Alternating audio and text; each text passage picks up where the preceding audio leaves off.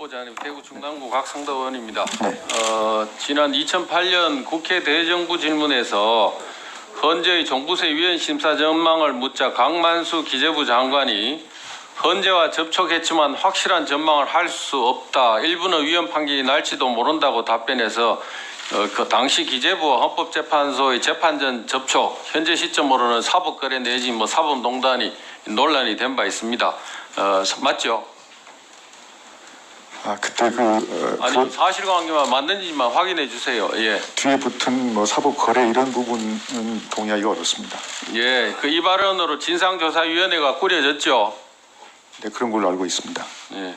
기재부와 헌재의 접촉 논란의 한가운데 우리 후보자가 있었고, 당시 후보자의 역할은 종부세 위헌 재판 관련 자료를 조사하고 보고서 작성 총괄 책임지는 수석 부장 헌법재판연구관이었죠. 네, 그렇습니다. 본래 기재부에서 종부세가 위헌이라는 합헌 의견서를 냈다가 2008년 10월 22일경 위헌이라는 수정 의견서를 제출을 했고 11월 13일경 정부 수정 의견대로 헌재에서 위헌 판결이 났죠. 수정 의견대로 난 거 수정 의견하고 상당 부분 맞는 위헌 판결이 난 거 맞죠? 정확하게 제가 비교는 해보지는 못했습니다. 예. 당시 이 헌재 기재부 윤영성 세제실장이 10월 20일경 후보자를 만나서 선거 일정과 관련된 정보를 알려줬다고 이 조사위원회 보고서에 보면 그렇게 되어 있는데 맞습니까? 정보를 알려준 바가 없습니다. 10월 27일 이후에 10월 30일 선거 여부를 알 수 있다 이런 내용으로 윤영선 세제실장이 이렇게 얘기를 했습니다. 이 내용은 맞습니까? 그 내용은 맞습니다만은 그거는 일반적인 얘기를 제가 일반적인 얘기다. 네. 예. 그다음 정부가 수정 의견서를 제출한 다음 날 23일 윤영선 세제실장을 다시 만나서 정부의 수정 의견 들었죠. 네, 그렇습니다. 종부세 관련 통계 자료도 받으셨죠. 예, 그렇습니다. 강만수 장관은 이 부분에 대해서 정부가 의견을 바꾸게 됐으니까 그 바꾸게 된 경위를 설명하라고 직원들을 보냈다 이렇게 얘기하는데 이 얘기대로 된 겁니까?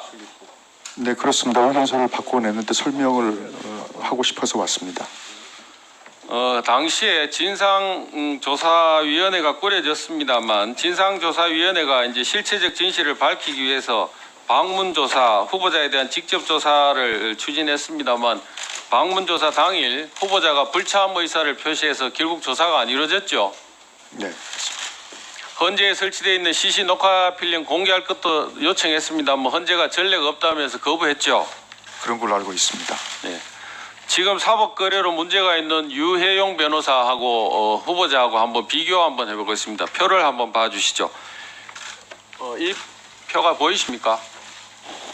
흐릿해서 잘 내용이 보이지는 않습니다. 예, 그럼 제가 좀 설명을 해드리겠습니다. 이 유해용 수석재판연구관의 지금 문제가 되는 안건은 통진당 의원직 복직소송과 일제위안부 강제징용이 문제가 됩니다. 이 두 건 다 정부 부처나 법원 행정처로부터 어떤 보고서를 넘겨받아 가지고 대법원 전원 대법관에게 전달해서 보고했느냐 여부를 지금 조사 중인 거죠. 맞습니까? 네, 그런 것 같습니다. 그런 거죠. 이게 재판 거래가 되려면은 이런 내용들을 헌재나 이 대법원 판결 전에 대법관에게 보고했다고 하면은 이게 재판 거래가 될 수 있는 거죠. 맞습니까?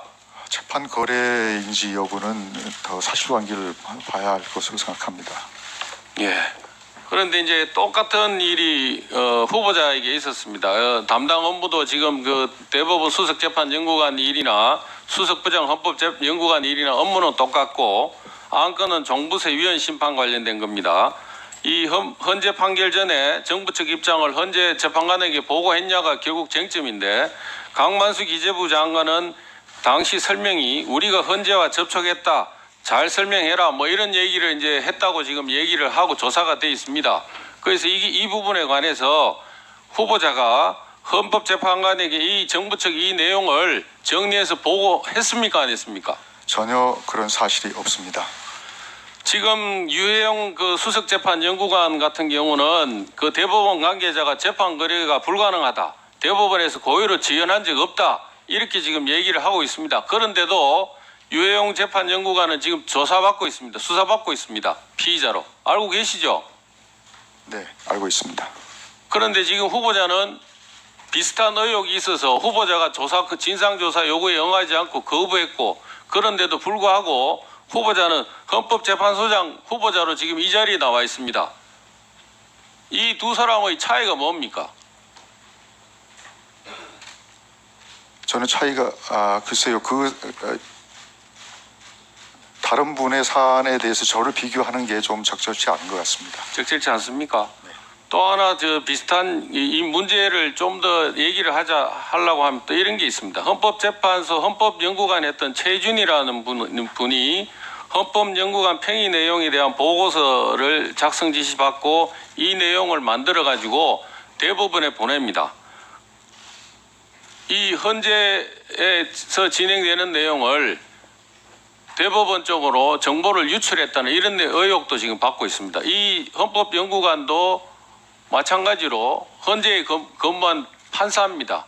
지금 이렇게 재판 거래와 관련해서 두 가지 의혹이 지금 동시에 지금 이제 있습니다. 헌재의 재판 내용을 대법원으로 보내준 적이 있느냐 하는 이런 누설한 적이 있냐 하는 의혹이 하나 있고, 또 하나는 대법원 에다가 정부 부처 의견을 대법관에게 보고했냐 전달했느냐 이 의혹을 지금 받고 있는 두 가지가 있습니다.